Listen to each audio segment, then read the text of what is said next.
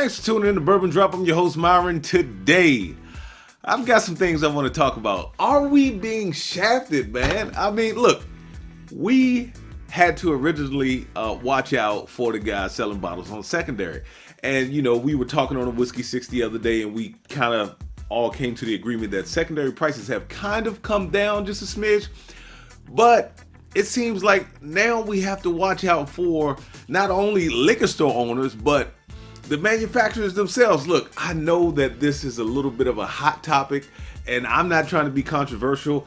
The bottles that I have up here are bottles or companies that I love. So, you know, if I do say my piece on some things that they do, it is not in any way to take a dig at them, because these are all manufacturers that I really do like.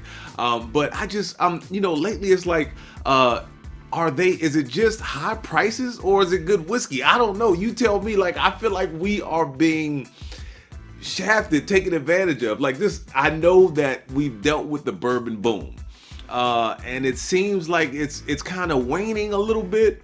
But it's like the prices just aren't going anywhere. And I understand that products cost more these days. It costs more to produce things these days. But it's just kind of like we're being squeezed, and all we want is good whiskey. I mean, everybody can't have everything for cheap. And there are always going to be brands out there that consider themselves premium brands. But it is nothing worse than spending 60, 70, 80 bucks on a bourbon and getting it home, or whiskey period, and getting it home and just being upset. It's like, okay, the bourbon boom happened. All of the guys got in on that secondary market. They started flipping bottles. And then the bigger companies, I guess they kind of felt like, well, we don't necessarily want to run people off. So what we'll do is some bottles we'll change the label and we will raise the price. And then some bottles we won't raise the price at all. We'll just keep it kind of the same. And then some stuff we're just gonna release to the public and see how it falls. Now, some of these smaller manufacturers, look, I am not on the business side of things, so don't get me wrong when I say this if you are watching my channel. I know there's startup costs, and I know there's a way that you have to recoup your money. But man, we are being squeezed, and people like me who collect and don't have endless pockets, it is hard for us to spend some money on these bottles. And I know that you guys don't always want quantity over quality. You know, you guys do want to sell some quality products, so you're putting a premium price on those products. And you know, I like I said, I'm kind of torn. I just feel like, are we getting what we are paying for? And I've got some examples on the table, because I feel like I'm just kind of all over the place when it comes to this thing. Because one of my favorite bourbons, period, hands down, is Old Carter. I know that Old Carter doesn't produce anything, they just blend. Shout out to Mark and Sherry Carter. They just blend and they make some phenomenal bourbon, but it comes at a premium price tag. But then you've got other guys out there that are sourcing, batching their products, and they are putting them out for a great price. And it's some younger stuff. Now, it's not on the level of Old Carter. We're going to get this company on the table right now. So BR Distilling, man, they are doing a great job. Now, they no longer, the blue note just kind of took off. So they're no longer, at least from what it seems to be. I don't have any confirmation, but the Riverset Rye maybe just didn't do as well. Both of these came from BR Distilling. So instead of having Blue Note and Riverset Rye, now they have just Blue Note and Blue Note Rye. Now, this thing right here is 3 years old. Look, shout out to Brian from Bourbon School, because him and Lauren, they do not really like Blue Note. It's just not one of their favorites, put it that way. But this thing right here, it's only 3 years old, man, and the flavors that they get out of this thing, to me, are just phenomenal. And they're putting it out, 3-year-old whiskey, great value, great flavor, great price. 40 bucks, man, 40 bucks. That is what I'm saying. Like, you got companies out there that's doing it right, and I'm not trying to say that the other companies are doing it wrong, but you guys are squeezing us. Same thing with the rye. The rye is really good, 95.5. This is actually sourced from Tennessee. So this says distilled in Tennessee and bottled by BR Distilling, and I believe the bourbon is distilled in Kentucky, and bottled by BR Distilling. And that's another thing I'll get to. So one of my favorite blenders out there is Barrel. Barrel Craft Spirits. They do an amazing job, and I am so glad they sent me a bottle this year. It is their Barrel Foundation 5-year. Everything else they released though outside of that bottle is around $90. It's like $79 or $89 MSRP. So, and even higher. But I just can't. I'm like, man, are we paying for the name? Are we paying for, I mean, what are we paying for? They are blending some great stuff, but every time I want a bottle of Barrel, like batch 31, 32, 33, 34, 35, it's like 90, 90, 90, 90, 90, at least in my market. That is a lot, man. So they are squeezing us. What else? So you've got, and these two produce their own. I'm not saying one is doing it right, and I'm not saying that one is doing it wrong, but you've got Sweet Mash. Now, Sweet Mash can be a little more expensive to produce. Peerless was like stupid expensive, man, for their Sweet Mash stuff. However, you've got Hard Truth. Hard Truth is not expensive at all. Both of these are great products. I am not in any way telling you to choose between the two. I am just saying, I feel like they are putting the screws to us, man. I will say this though, in my opinion, you are getting some great whiskey with the Peerless stuff. I do like their normal small batch, and I do like this double oak very much. Haven't released the review yet, but that'll be coming out. I'll tell you what, I'm gonna clear up the table a little bit and get this next one on the table. So the reason why this Knob Creek is on the table is because you can find these picks between, I'd say, 5, 7, 8. I saw one the other day that was almost 9 years old. You can find these all over the place. I mean, you know, at least in my market, I really don't have a problem finding these. But $60, $59.99. I know they're a big boy, and you know they can they have wiggle room, put it like that.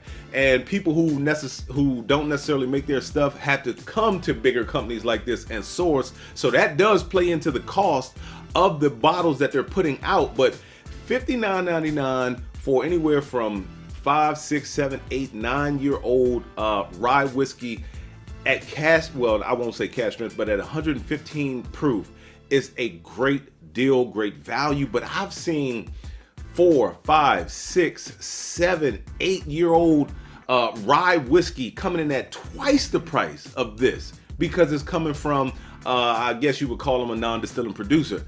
Like I said, they have their costs, they have their overhead, they have their, you know, with wherever their building is, of course that fee is involved in it. What they pay for the barrel, that fee is involved in it. I am not on the business side of things, but we want good whiskey. I know it can't always be cheap, but do the prices really have to be that high, man? A 4 or 6 year rye whiskey coming in at cask strength, you want $120 for it, or you want $100? Come on, man, that is killing me. All right, let's talk about another one of my favorite companies. So, Bardstown. Bardstown blends exceptionally well. I love Discovery number 8. I love this Discovery number 11. I mean, but it is rumored, I don't know how true this is, it is rumored that 75% of the whiskey that's in this blend is Wild Turkey. 13-year-old Wild Turkey. So you got 13-year-old Russells right here. The first Russells that they released that was 13 years old, $99. The last one was $150. So they're kind of creeping up in prices too. So you know they're I would say they're all pretty much hopping on that bandwagon. Hey, we've got older stuff now. We don't have a lot of it, so we're gonna make you pay. But I just feel like they're putting the screws to us, man. But anyway, getting back to what I was talking about, you've got $140. I actually, shout out to Kevin at S&W. I actually got this for, I think it was $109. I think he had that on sale for. The wife got it for me for a birthday present. But you know, I'm like, they get the whiskey and they blend it, maybe blended with some younger stuff, sometimes blended with some older stuff. It might be a small percentage of older stuff, and then they charge like these sky high prices. All right, one of the producers that is on this table, I didn't like when I first bought their product. Now, I had plenty of stuff from MGP. At the time, Penelope was a new company. They had just started. I bought this bottle at Cash Strength. I was like, okay, get it home, cracked it open. I think I paid 65, 70 bucks for it, and I was disappointed. I mean, I've had this bottle for quite some time. I talk about this bottle a lot in videos, and this is how far it's down in the bottle. I mean, we're talking years. We are talking years here. So I just, it was something about it, but I kept going back to them. But now you look at Penelope. Now, of course, MGP or Ross and Squibb, they bought out Penelope because Penelope was doing so well, kept all of the same people in place.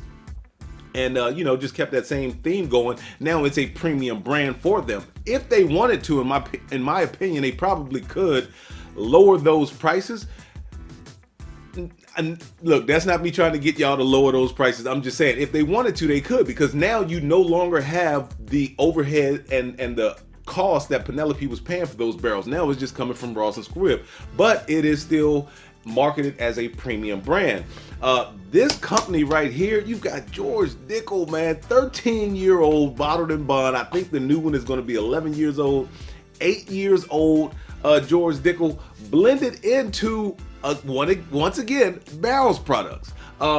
Also blended into things like this. This is High and Wicked. This is 14-year-old. This is I think this cost me $99.99 at Virginia ABC. Then you've got the Heaven's Door that's finished in the Caribbean rum cast. If you haven't seen those reviews, go back and watch them. I did both of them together. It was a 2-for-1, but 40 bucks. And I know it's lower in proof. This is the bottle to bottle, so it's 100 proof. And this is the 8-year bourbon. I think it's 90 proof. Yeah, this one is 90 proof. But this is only 104 proof. It's 14 years old, 13 years old, 100 proof, 40 bucks. I think 45 now, 100 bucks for the High and Wicked. Yes, it is finished in Tokai wine barrels though, so that does play into the cost as well. But still, like, come on, man. Like, really? You really are trying to tell me that it costs $60 more per bottle? I mean, let me stop. I'm trying not to rant. I'm really trying not to rant. All right, so getting down here, this is another one. So this is the Calumet. This is a 16-year-old. We know Calumet, they see themselves as a premium brand. I think I spent $150 or $160 for this bottle. I can't remember. No, this was actually sent to me because I had a 15. I don't think I had a 16 yet, or the other way around. Either way, it's a premium brand, and they charge premium prices, and they don't make it. So you have to actually, it's not finished in anything. Yes, it is old, but Calumet has always been charging high prices for older stuff. So it's like, where does the cost play into that? And look, they're a company, they don't have to tell us, if we're going to buy it, it's up to us at the end of the day. But it's just like, you got to ask yourself, like, are they putting the screws to us, man? All right, look. I do give companies like this respect. However, I am not the biggest fan of this bottle. Everybody keeps telling me I need to get a pick. It's about, I think I spent 65 bucks, but it's only 2 years old. It's coming out of Texas. Everybody talks about how the Texas heat rapidly ages stuff, and sometimes it gives it that Texas funk. 65 bucks for a 2-year-old product. Look, we all know ages and everything, but come on, man. Look, Still Austin, I'm not coming for your head. I'm just saying,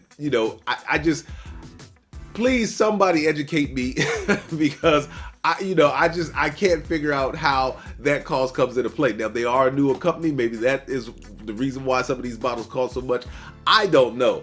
All right, let's get into another one down here. So this is the Lucky 7. We all know that they don't produce any of their stuff, but it seems like every Lucky 7 bottle comes with a premium price. I don't get it. I don't know what it is. I don't get it. I'm not going to say that this Lucky 7 is overrated, but is it worth the amount of money that they were asking for? This was the holiday toast. Up to you, man. I can't see it. This was the Heaven's Door. This was the Heaven's Door right here. Once again, 14 years old. This one was finished in Caribbean rum cast, and I'm not sure how much this bottle was, but I know it was high. I do know it was high. But then, like I said, go back to what we talked about earlier. You got your 13-year old. Dickel. This is bottled in bond, 40 to 45 bucks depending on where you go. And then you've got this Heaven's Door that's more than double the price. So I don't know. Look, you guys put it in the comments, man. Are we being shafted? Is it high prices over good whiskey? Is it both? Is it high prices and good whiskey? You know, I'm at a loss because I'm torn because, like I said before, one of my favorite bottles is a premium bottle, and it's even higher in MSRP than George T. Stagg. Of course, you're probably not going to get George T. Stagg unless you hit a lottery or something like that.